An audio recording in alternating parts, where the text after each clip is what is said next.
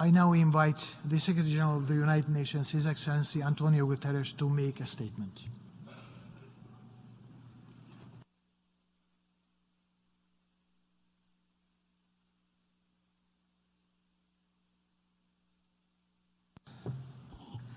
Mr. President of the General Assembly, Excellencies, ladies and gentlemen. The one-year mark of Russia's invasion of Ukraine stands as a grim milestone for the people of Ukraine and for the international community. That invasion is an affront to our collective conscience.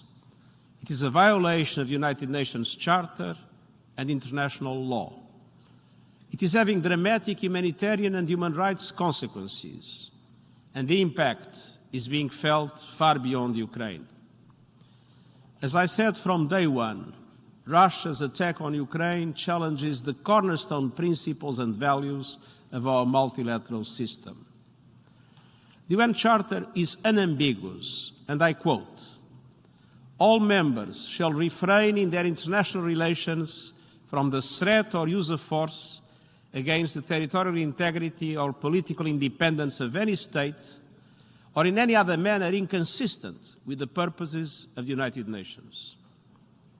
Mr. President, Excellencies, the General Assembly has addressed in the clearest terms the attempt by the Russian Federation to illegally annex 4 regions of Ukraine: Kherson, Zaporizhia, Donetsk, and Luhansk.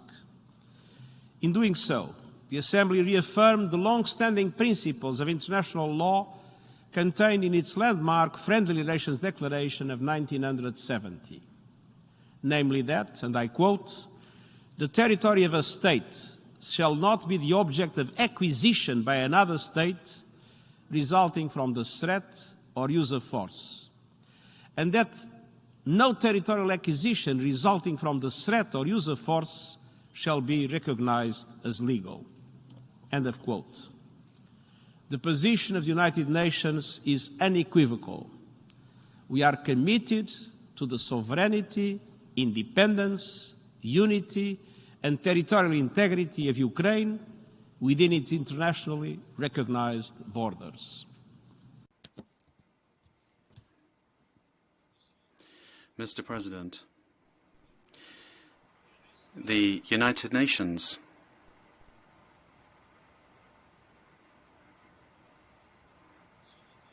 has stayed on the ground working with humanitarian partners. Fully 40% of Ukrainians are in need of humanitarian assistance. Vital infrastructure has been targeted.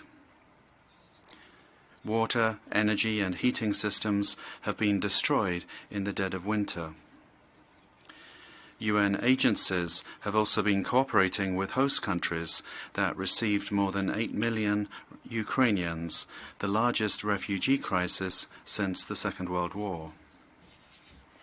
Last year, the UN launched a $5.6 billion humanitarian appeal for the people of Ukraine.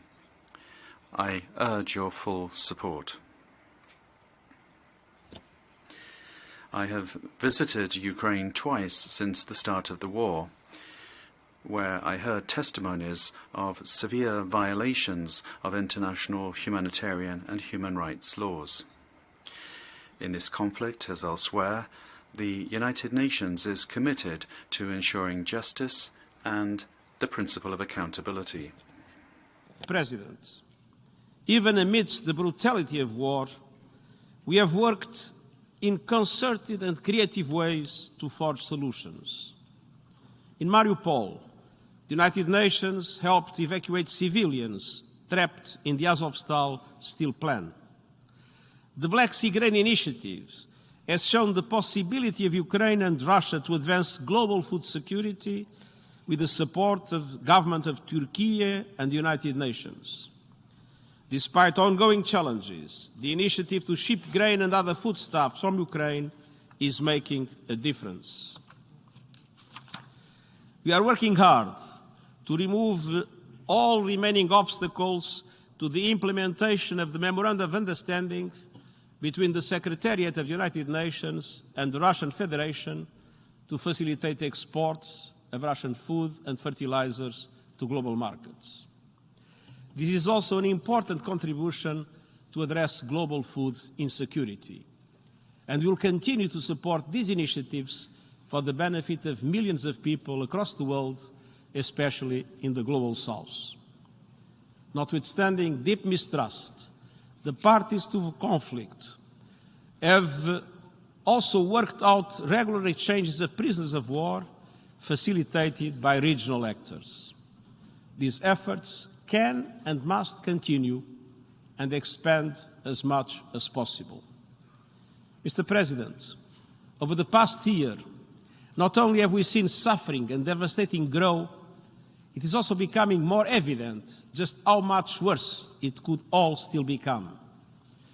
The possible consequences of a spiraling conflict are a clear and present danger.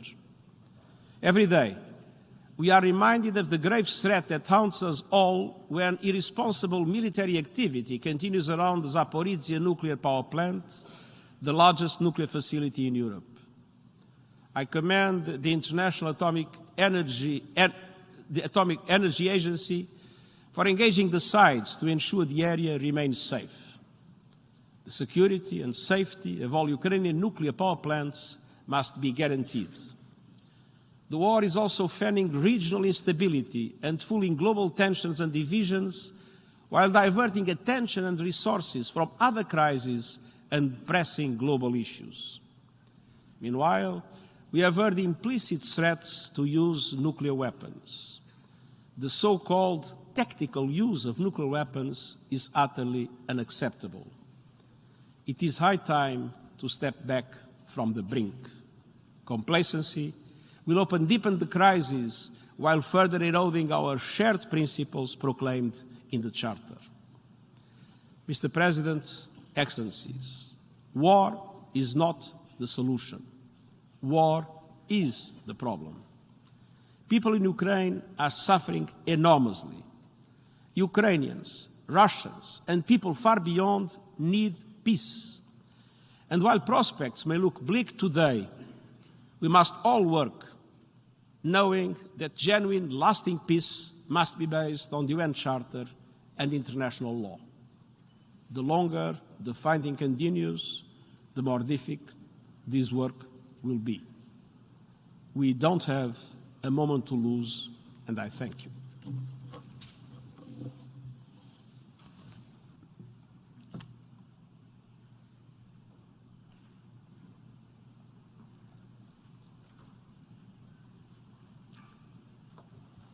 I thank the Secretary General. I now give the floor